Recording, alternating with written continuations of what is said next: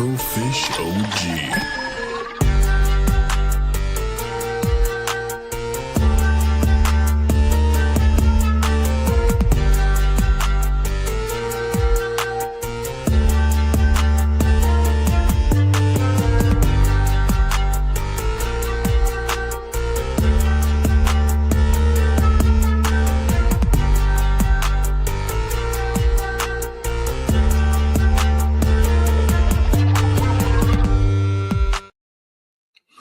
What is going on, everyone? It is back for another edition, episode 13 of Afro in the Know, featuring my guest today, Unafraid Zio, all the way from the TikTok area. That's where he just kind of showed up. I was like, who the fuck is this guy? But like, but yeah, it's all good in the hood here. So, buddy, how's it going, man? It goes. You know, dinner day off, taking care of the household chores and stuff like that. Awesome. No, I feel that 110%. I got the day off too, and I'm just like, I gotta get my stuff done before my wifey gets home, and I'm like thinking of all the time. You know what I mean? I'm like, I got like 12 hours. I can shove it up. Maybe I can do this in 2. Well, it works when you live by yourself and like I need to do this, but I'm just kind of just lay around the house and do nothing. I'll get to it eventually, right? Yeah. Absolutely. So yeah, today. So I mean, I don't know. This is the first time I've had an interview with you before. I know you were up when I posted my Afro in the Know video, and I saw that you responded on there. So I'm gonna give you a chance. I'm gonna sit back here and I'm gonna let you tell your story about how'd you get to this spot. You know what I mean?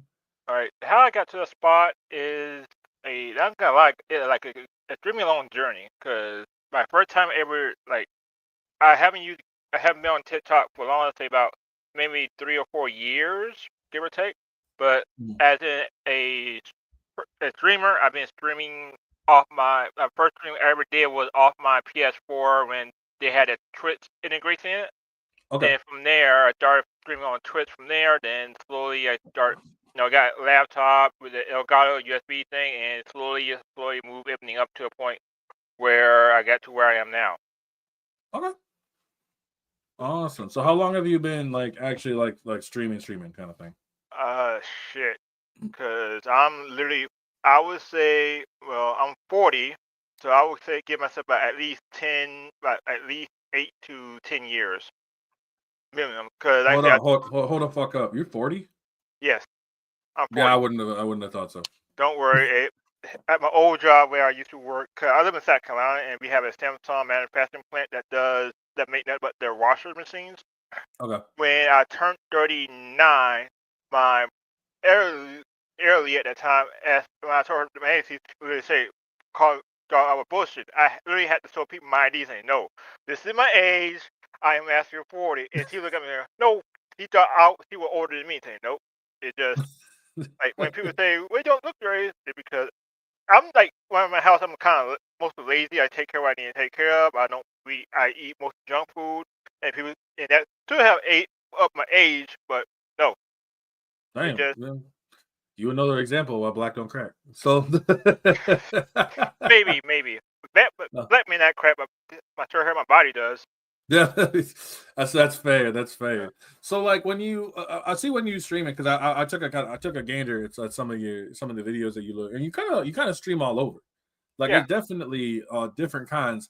But you have I don't know if it was just different kind of games just in general. Like what is your niche when you go and you stream? When I go and stream, it mostly goes off top whatever I'm in the mood for. I'm normally if I stream on a Saturday, I usually try to get to mostly random games about a certain type of theme. Like one Saturday I did mostly retro arcade games. When I want to do a Saturday morning cartoon stream one day, but I had to really sit down and do the research of all the games that had a Saturday morning cartoon. With if you grew up in the 80s, damn near everything had a Saturday morning cartoon like RoboCop, Rambo, and all that type of stuff. So, okay, I gotta figure out what I can actually stream that I can play in a certain amount of time, so I can move to the next game and stuff like that. But I'm like a variety streamer. If I find a game that really hold my interest, I will dedicate most of my stream to that game. Like when South Midnight came out, that helped hold my interest to the fact that I love the art style, I love the music that game in the story came. So if I even stream this and I ended up being the game on stream. I'm currently playing a game called Dead Take. It is a horror game, but it all per person, and it more of subtle horror, like the music, the atmosphere in the game bring you in, and you have to like characters to movie clip get on that to move to the next phase of the mess stuff like that. But I just play a lot of different games across the board because that stuff as a streamer is kind of hard to do due to the fact that when you are playing so many different games, you have to make sure it games that you will want to like show off versus game that is very popular at the time. Right. No, that's very, very true. And it is hard to find, and it's hard to find a specific niche because I know like there's so many people who like either you're the big multiplayer ones, they get the big multiplayer games, which are Yep. also like streamers, you're a dime a dozen, or you have to be very specific on what your niche is.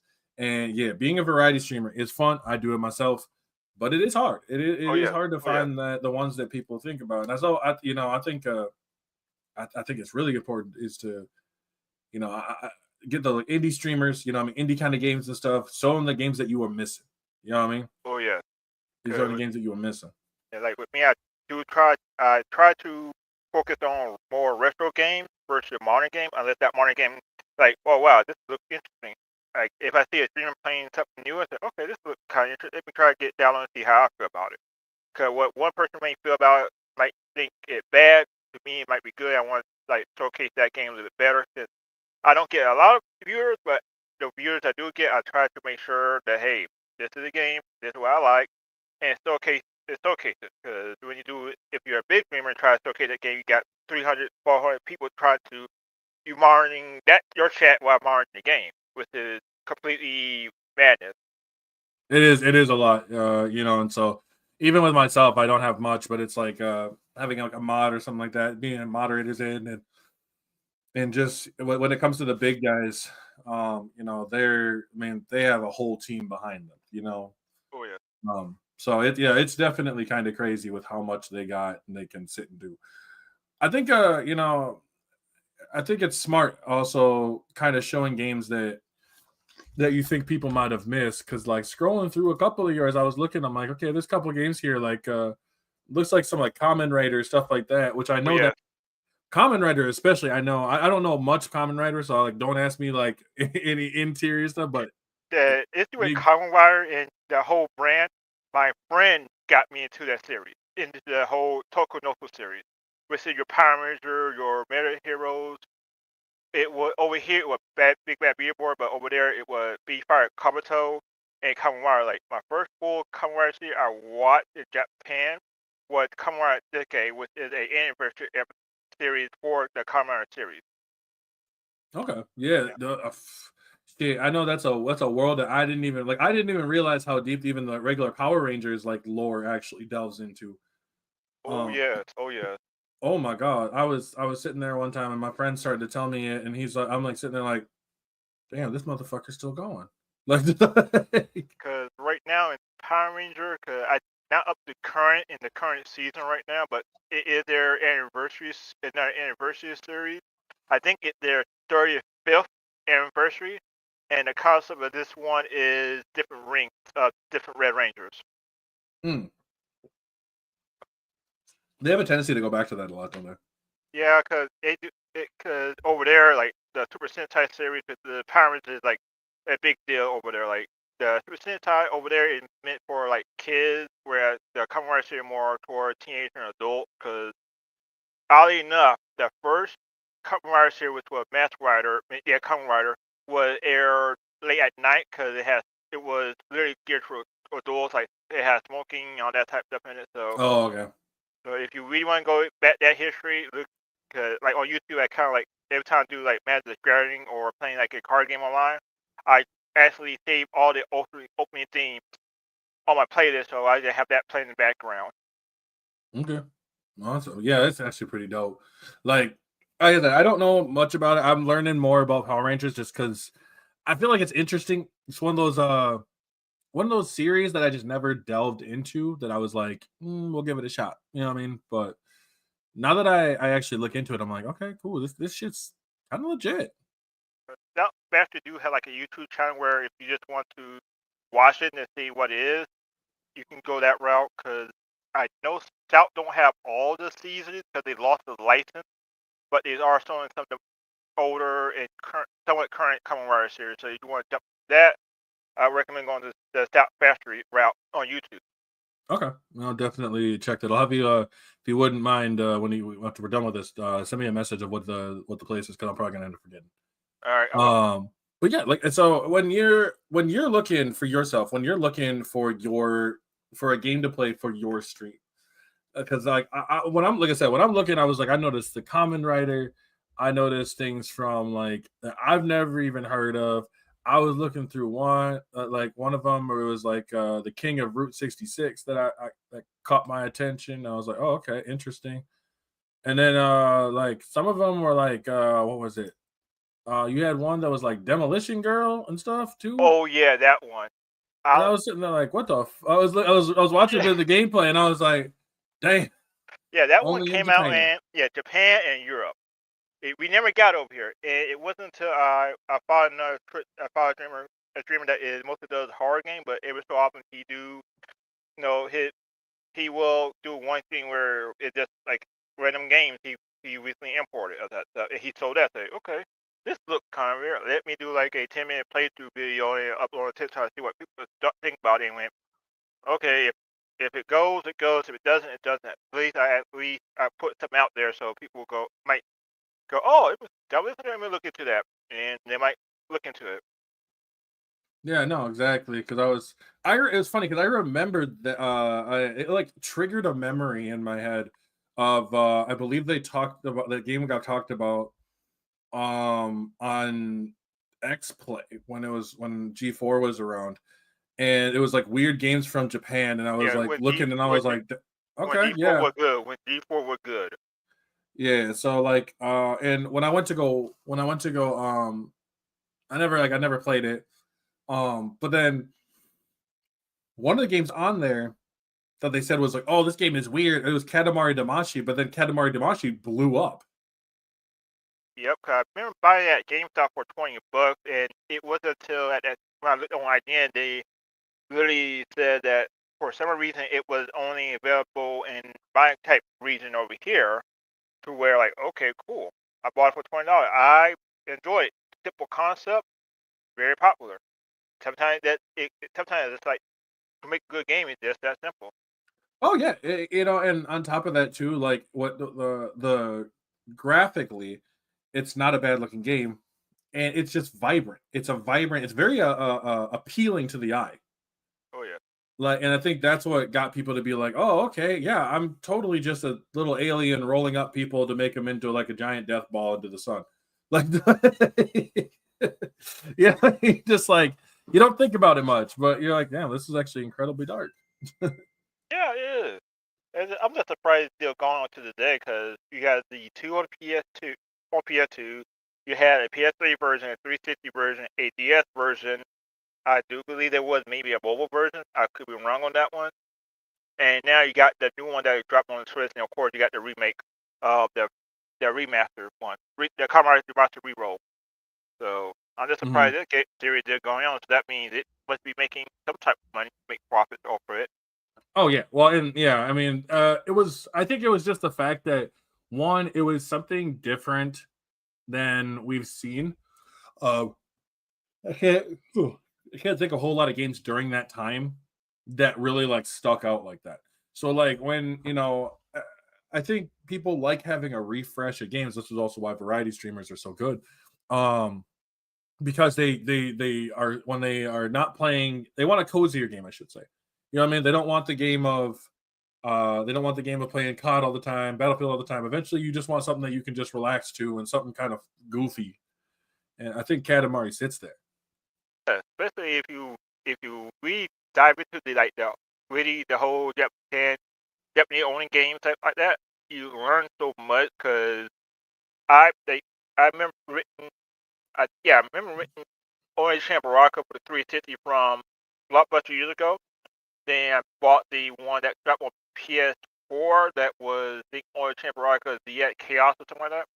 Mm. It wasn't until I think a few months ago or something I did not realize that in Japan you know how over here we had the Great Hit series, the Pirate Hit series, where they re-released that budget price. Over in Japan, that is what they have. It's called the Simple Series 2000, with the 2,000 yen, with the translate to $20. They have. I did not know Orange Chamber Rocket started from that as a budget game over in Japan, and like, okay, let's see what the difference. And lo and behold, it like, okay, this is kind of neat. I enjoy it. Like, cool. That makes more history. Just like, I don't know if you remember the two the two Gundam fighting games on PlayStation 1, the Gundam Battle Assault.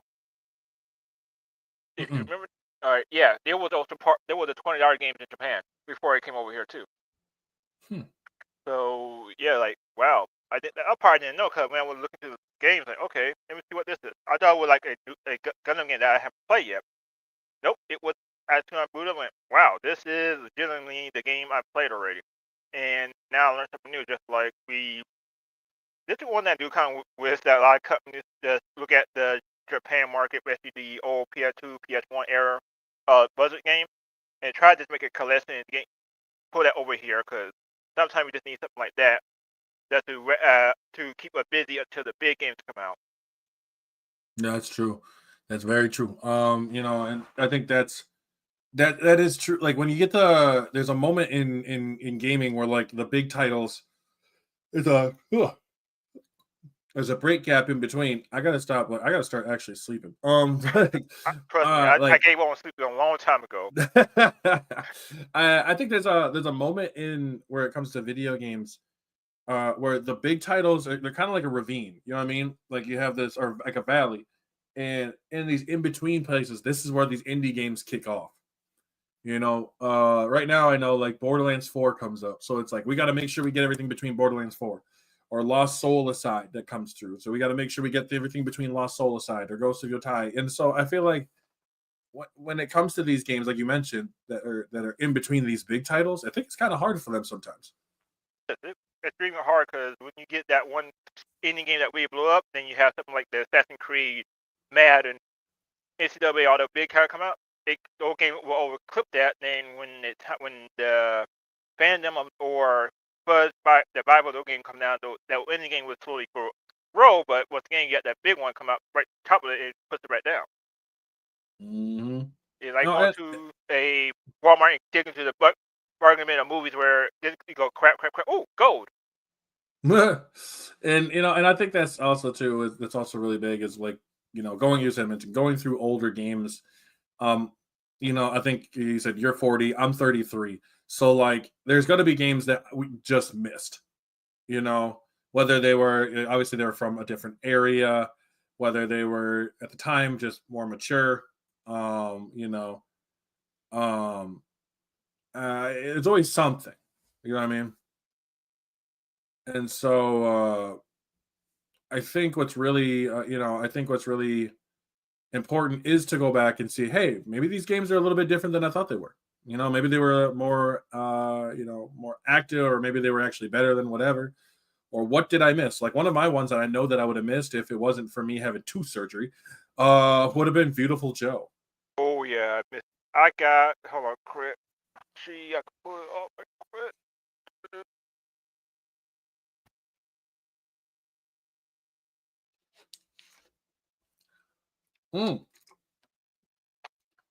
Love it.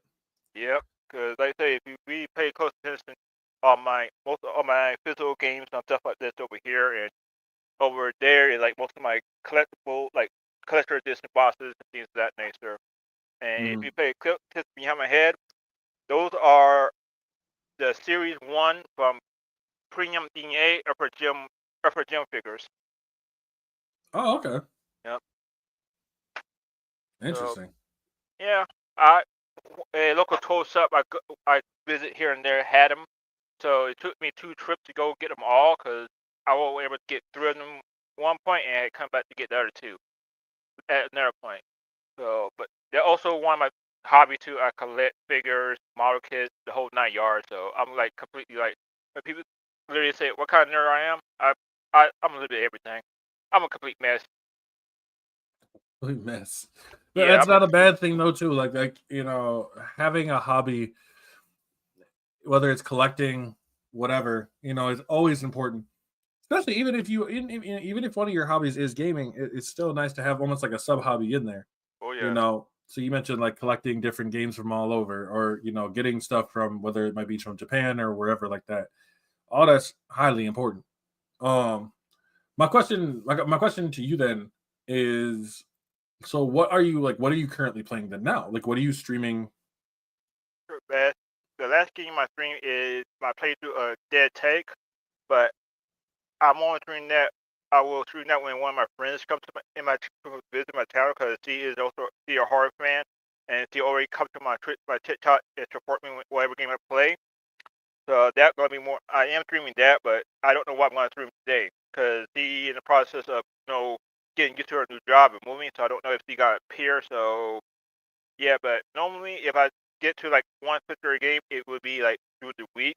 But since I got a second job, it like I can do that game on they take on Monday and on weekends to be like book type deal. Mm-hmm. No, that makes sense. Like, so you are. So when it comes to when it comes to your streaming, like when it comes to you personally, right? Because I think everybody has their niche, has their thing. What do you prefer? Like, are you a type that's like bolsterous? Are you like, like what's going on, everyone? Or are you just more of like a more relaxed? Like, I think learning these kind of ins and outs are also highly important when it comes to. I'm just a pure relaxed guy. Like I cut a promo on TikTok to say, hey, I'm live, yeah, yeah, yeah, and they let people come in when they see it. If they see it come in, cool. If not, just on my bone. Cause I know a lot of people are more concerned about viewership number than actually try to build a community or get actually building a chill vibe in the chat. With I really like.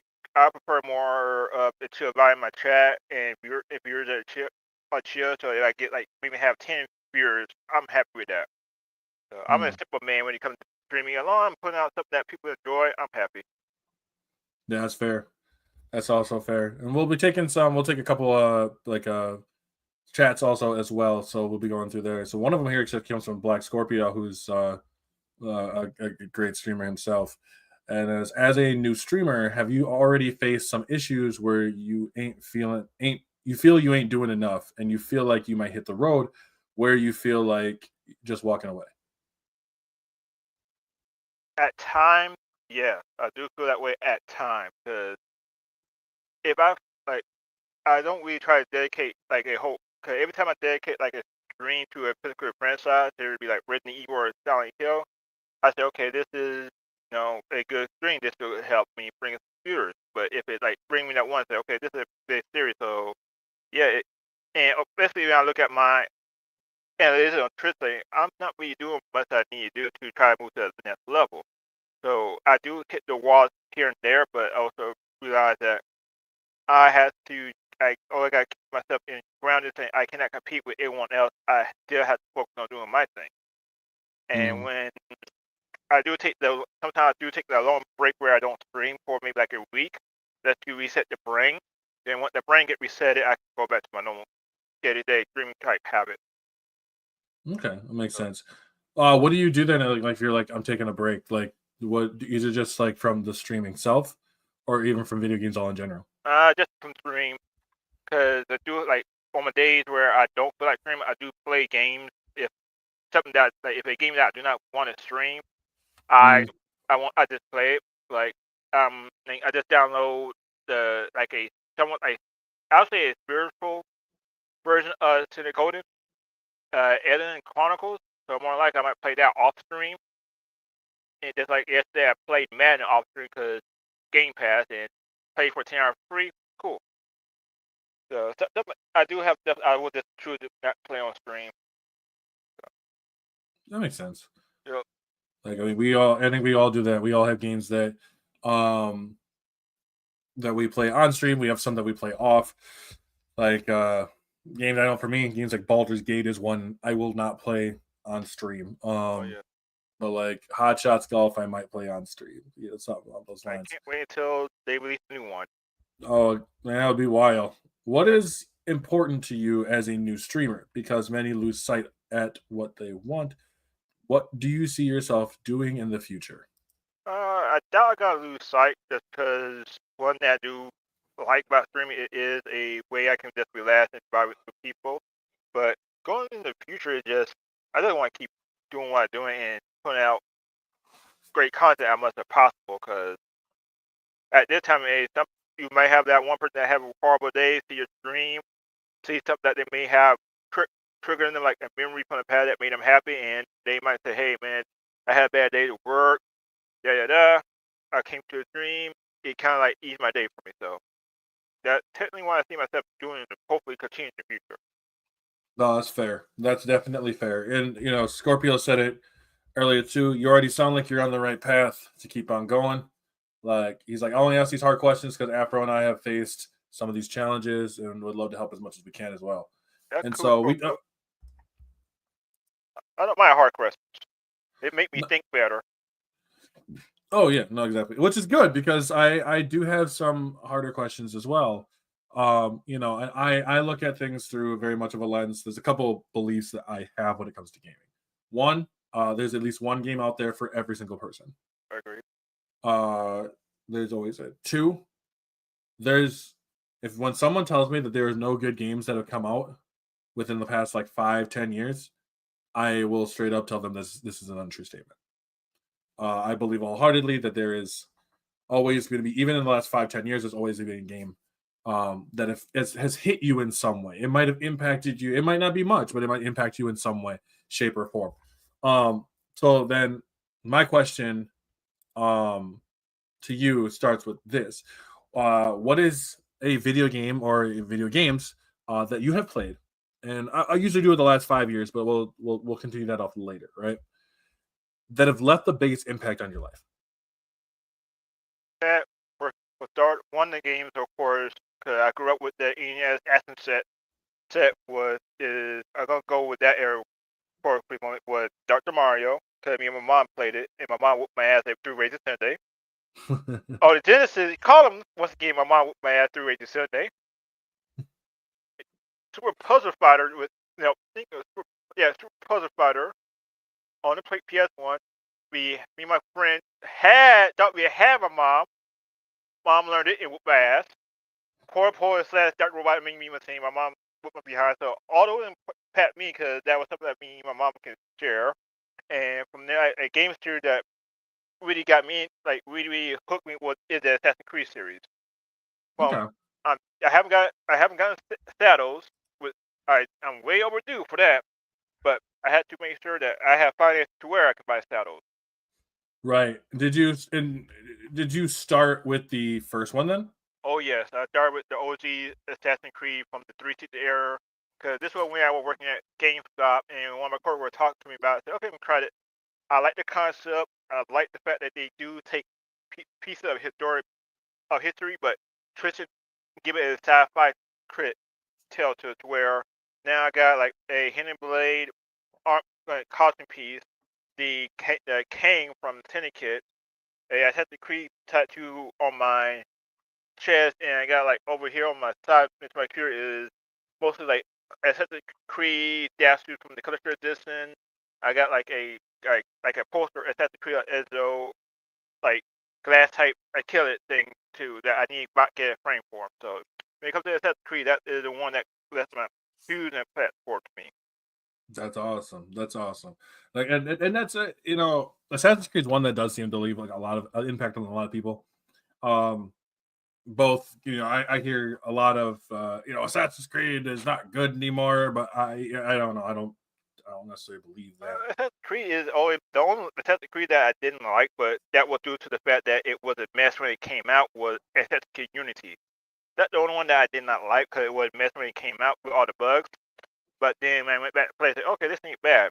Now all of them gonna be great. It all about if you're enjoying it or not. Well, one game might be bad to you, might be good for another person. That's oh, I'm glad that you said it because that is a very positive way to look at it. That's why I preach because I think there were like this huge debate on TikTok at one point between single player people and multiplayer where you have people saying, well, if you're good at multiplayer, you suck at single player. Like, but we're going, not necessarily. One part, it depends on the game because I have played multiplayer games that I suck at that had a good single player campaign and vice versa. So one thing I do preach on anytime I do debate on a video on TikTok about it, I say, how long you enjoying the game, it shouldn't matter how big or small that creator is. If you enjoy it, you're good. Enjoy the game. It's not my opinion to say if you hate the game or not. Yeah, I would agree with that on most cases. Yes, I did do. I know, like for myself personally, um, I did do a video one time about what was I gonna say? I did do a video about how we have like casual players and we have competitive players, and I said that as much as competitive players can be annoying, I made a big thing about this, and I want to know your perspective on it. That casual players can also cause a lot of issues, and it's because what I see is a casual player enters into whether it's a ranked match, or especially in a multiplayer setting. The casual player with the casual player mindset enters into a ranked area, and then now you're entering with competitive players and expecting them to change. Because the casual player is like, hey, I just play with my friends every once in a while, and the competitive players are like, okay, then get out. you know, Yeah, that is like to me that like kind of like that real good fine line because I do like I say I do play ranked matches here and there, and I do and play casual because like Magic Garden on Magic Garden Arena, there is ranked matches, cards, and casual. If I'm doing like my daily quest, like to get the currency to help get free pass and all that, I do the casual, but to get the better, I do rank. And when you do like basically a fight game or first-person shooters and so on, it just that mindset because you got compare people that don't do competitive, and it's harder for them to say no. You got casual. Why should I drop down to a casual? And you got casual players say, "Hey, I don't play this for the weekend. Why you get hard on me?" And they get this like the courage to even play the game anymore. So that like is very dangerous to me. Both sides are like this right here. We're always conflict with each other because you got one person tries to say, "Hey, I want to get better." You have to play, and they gonna tell you got to play rank. You got to take all these losses. You got to learn this, yeah. But I'm gonna be able to play like maybe twice, 2 or 3 times a week. Then you got mhm. casual who that to me they have to play 4 or 5 hours a day to stay on part of the game. So it's kind of like a big to me like that's a big mess. All to sum it up, it's just a big mess because you can't force someone to change their style of play for another person to expect a similar result. That's true, and that's very true. And I think it happens a lot. I notice, like, you get the casual, yeah, the casual player who comes into a competitive match and is like, why is everyone else being tryhards? When in reality, they're just playing to win. And I think this also comes down to something you mentioned earlier. As long as you're having fun and you're enjoying it, but I think at the same time too, another thing interesting is that we have different definitions of fun. If your definition of fun is to just chill around and hang out with your buddies, then that's fine. But if someone else's definition is to win, like, they're gonna be it's gonna be a different style, if that makes sense. Oh yeah, it'd be big purposes because let's say definition of fun kind of vary from person to person. Having fun with like maybe play a casual game with your friends is one way, and try to win maybe another thing. Because like last like one of my friends went to eat. A couple of my friends went to Evo, and one of them asked were playing in the Seals of Wolf tournament, and he he got knocked out of pools, but he finished with a record of 3-2. And he said his he enjoyed it with his time, and he probably said, "Yeah, I got beat by a professional player." But to him, me, I say that, hey, man, that's kind of good right there. Even though you lost to a professional player, but that record of 3-2, that means you can actually compete, and you did have fun with us. But I'm still waiting for the new Virtua Fighter to come out because I want to go and put my. I'm going to ask the them what I normally do to them. Because when they did the Virtua Fighter 5 Revo, me and my two buddies, set the lobby before my third friend got into the lobby. I ran like 5 game set, 5 game wins against one of my buddies. Then he took 4 straight. I took one. He took me again. Then when my other buddy came in, we just started training. We was having fun. So like, hey, cause like with me and my friends, I'm kind of more of the DA versus fire hardcore. One of my other buddies is mostly SNK type game. But we played fight all the time fight games. So it kind of like hey, you're gonna get. We may not be that good in one game. Best believe you run that mount, we put you in check. Yeah. No, that's very, very true. And so, and I think that's that's fun. That is interesting. My question then, I got a question to you then. So then, do you start like when you're playing a game like Virtual Fighter or something like that? Do you notice that you get like a moment where you just start to lock in? Yes, I have noticed a few times where I get locked in, and even though I notice it, it's like almost like in going naturally. Like, okay, basically, when I'm going against a boss or something, or I'm determined, you know what, through this, I'm gonna go ahead and try to do everything I can to beat this motherfucker, and I just start locking in per se, and just try to do what I need to do. Or if I die and then make it to revert me back to the checkpoint, or hey, this is a collectible. You know what? I'm gonna try my hardest to get the collectible right now. So like sometimes I lock in and that don't even notice it half the time. So It's those great feelings though when you're oh yeah, when you're getting that when you start. I don't know much about Virtual Fighter, but I do know like Tekken, for example, and when you start getting that hit, you start the combos start to roll, and you're just like, oh, I'm on fire. yeah. Because oddly enough, when it comes to Versus Fighter, I started with Versus Fighter 4 on PS2. But I have played previous Versus Fighters on the Dreamcast and Saturn. Because my cousin had a Saturn at that time. Actually, the Saturn was the first time me after getting introduced to Versus Fighter. Then from there, it was the first one I ever bought was Versus Fighter, either regular Vanilla 4 or Evolution 4 for PS2. I actually sat down and learned the combos and that, and also, of course, I started with checking on PS1, of course, and what something that Harada said on Twitter, or I think it was a video he did. He sees Versus Fire as he sees Versus Fire as Tekken rival, and his goal is to always be better than Versus Fighter. And when we had that, since they already bring out a new Versus Fire, that means whenever Tekken 9 come out, they was Harada gonna look at Tekken that new Versus Fighter. Go, okay, what can we do to make Versus Fighter better? Make Tekken 9 better than Versus Fighter. Yeah, yeah, that's true. And that's really true because a lot of them do. They really one after another, after another, after another. They always try to one up each other. But I think it's because if I remember right, Virtual Fighter was the top dog until Tekken eclipsed them. Yeah. Okay, yeah. So, and so I think I could I never compare too much when it comes to like Street Fighter, Mortal Kombat, Virtual Fighter, Tekken, but Virtual Fighter and Tekken both do seem like very similar to each other, and I don't know if that's a fair assessment.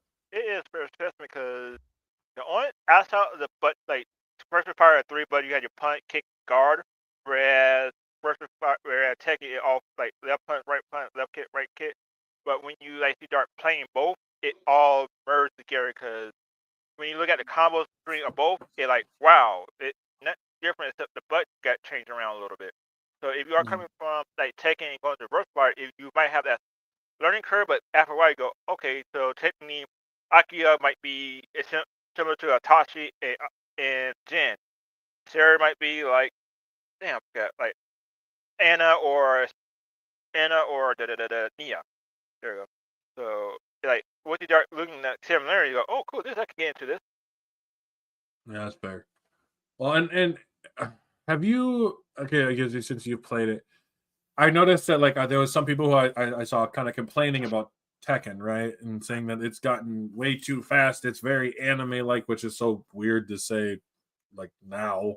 Like, Eh, but when I'm looking at like Tekken 8, for example, and would you want to see something like that with Virtual Fighter, where it's a little more faster paced? oddly enough, when it comes to when you comparing the speed between the two, Versus Fire actually more faster than Tekken, believe it or not. When if you we want high level Versus Fire play, because the main concept with Versus Fighter is one of the things you also are looking at is the arena arrangement. Because it'll tell you this is 8x8, this is 16x6. You got walls here. This doesn't have walls, so like you pay so many faster depth where a match can.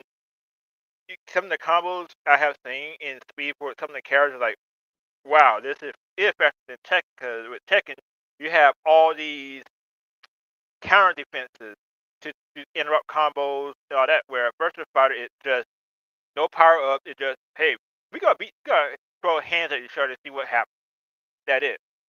So with Virtua Fighter, it's a little bit more faster than Tekken, in my opinion. Okay. Yeah, Virtua Fighter being faster than Tekken is interesting. Like I said, I don't really know much for Virtua Fighter, but I do know that it was very popular. And sometimes that game comes in and kind of knocks it off its crown a little bit. So, Oh yeah. It happens. It happens. But my question, I guess I got none. So what? My other question would be like, do you have like specific rules set for your streams, right? Not just for your guests, but for yourself too. My setup is always try to be as polite as possible. Don't really say anything that I don't. If I wouldn't say it to my friends to their face, I wouldn't say it to anyone online. Oh, thank God! I love that one.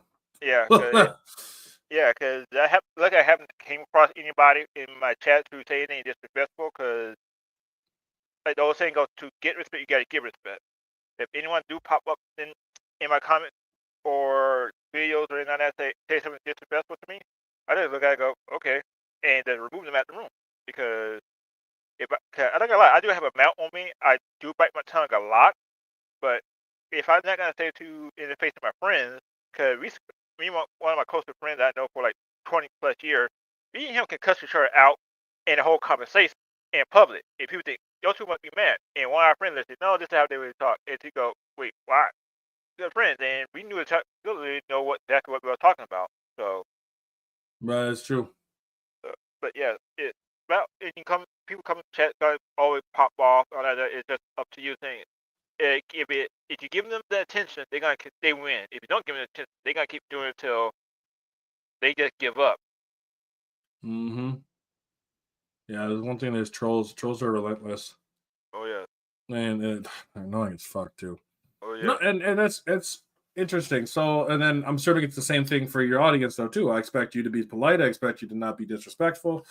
It's not really I don't even want to call it rules. It's more like just don't be a dick, right? Yeah, Like, basically code of content. Like if you're gonna say something public to that and put them on their face, you got to really take the consequences of it. If someone call you the N word, the one that if you live in the South, you know the version I'm talking about. If they call you that, you're gonna punch them in the face because hey, you're supposed to express it. So if they come in the chat start doing that, like okay, I'm not gonna give you the attention, but I am gonna remove you from the room, and then that would be your version of punching them in the face. that's true. That's a good way to look at it because it's not worth it. And there's too many trolls out there to really give it to sit there and be like, hey, I only got one live, and I don't need to be insulted by you. Yeah. So I definitely feel that. And my other question that I had is when you are when you are streaming, first off, what platforms do you stream on a lot? I stream on technically everything. If I'm doing my retro games, I stream off my Xbox because if you go on YouTube, you can learn about Xbox Dev Kit and what people have done with that. So if I'm doing anything retro, it can be running off my Xbox. But when it comes to PC games, I always try to make sure I get my audio setting correct on there because every so often, I don't know if it just I have to twist the sound. Like if I get the sound, figure out a good sound mixer or something, it would be a PC game up there. So that's how I'm playing Dead Ticket running off of my PC. So. Oh, that's fair. I just bring a little bit of everything, and it very rarely. I think when I got my PS5 last year, I bought Silent Hill 2 remake, and that was like literally the first game I streamed off my PS5 because that was something I was looking forward to because my PC can't run Silent Hill 2. So. Oh, that's very that's fair. I like that though too. I got to stream up a PS2. Black Scorpio actually has another question here. So he says Afro made a good point in one of his recent vids. So I ask, would you hold your friends/family accountable for how they act, knowing you are now streaming if they are a part of your community that you're wanting to build? Yes, I do. I always hold my friends accountable. Like they hold me accountable for my BS. If I mess up, they gonna hold me accountable.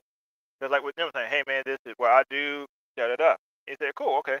In some cases, they will literally go out their way to help me out, get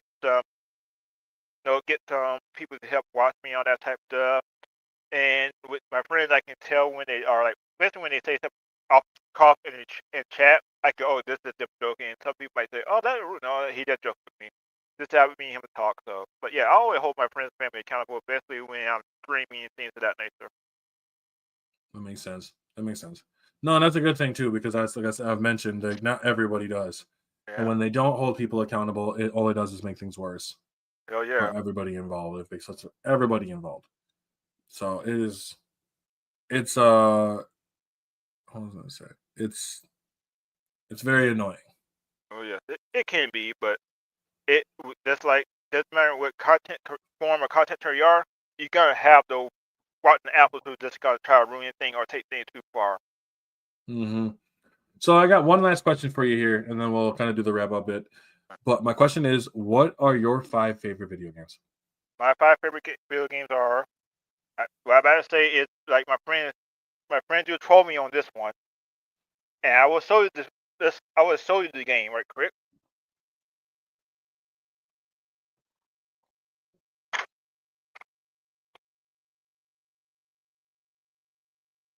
Night Trap. This is the limited run version of Night Trap. I bought because what the main Isn't thing that the about it. one that's like the video, like kind of like almost like a watching like a movie or whatever? Yep. This is the With limited. the girls. Yep. This is the limited run game set, and you can see the game did sell because I bought the digital version of it, and it come with the cassette tape of the theme song. Oh my gosh, Oh yeah. that is crazy. My friends trolled me on it, but say, hey, it's my favorite game because it's one of those games that I can just turn my brain off and like, this gonna be fun. That's Uh, fair. There's a game that came out that looked really interesting, and I need to play it. And it's called Killer Frequency. I think I heard of it, just don't know if I sat down and played it yet or look into it more.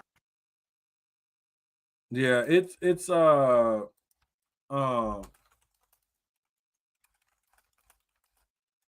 what was I gonna say?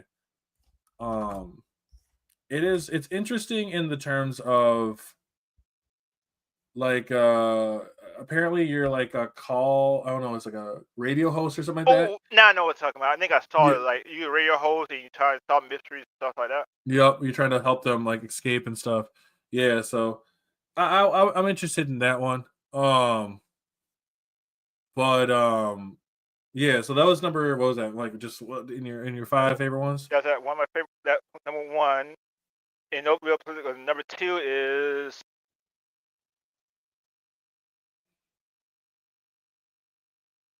Xenogears. oh yes. Still today, I still want it. One of the few Squaresoft games I really, really want them to remake, so they can actually get this. Because if you look up the development history of the game, the second disc was mostly cutscenes and very short. It because they ran out of budget. The They had to literally rush that game and ran out of budget. So I'm hoping because Square did have the license to redo it. It's just the team that worked on it moved on to Xenoblade and Xenosaga series. So hopefully they can get around to that. And also, also by me being a fan of it,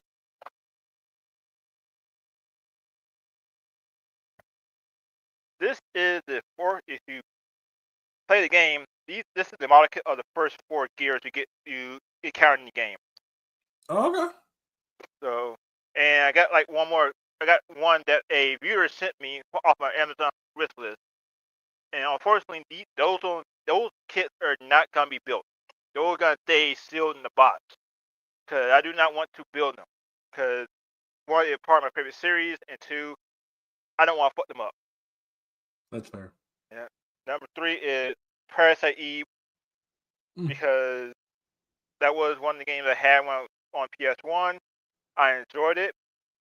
Then Parasite Eve 2 was not that great. I think it took me a year to get around to beating that game, but it's not on my top list, and not on my list. So, but yeah. if you really want to get the full story of Parasite Eve, you can either read the book.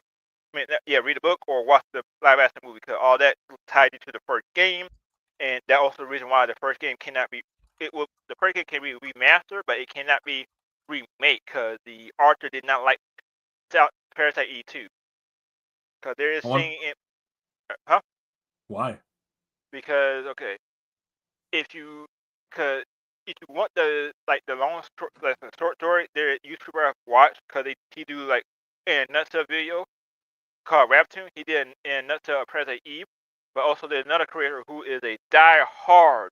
I mean, he is a die-hard Parasite Eve fangirl. Like I didn't even know they had like Parasite Eve Barbie dolls in Japan. Like oh shit, I didn't even know this one. But the reason he didn't like it because technically, when you beat Parasite Eve, you go to the character building, you complete the all 100 floors, and then you technically go, okay, Ada lost all her power, or her power is gone.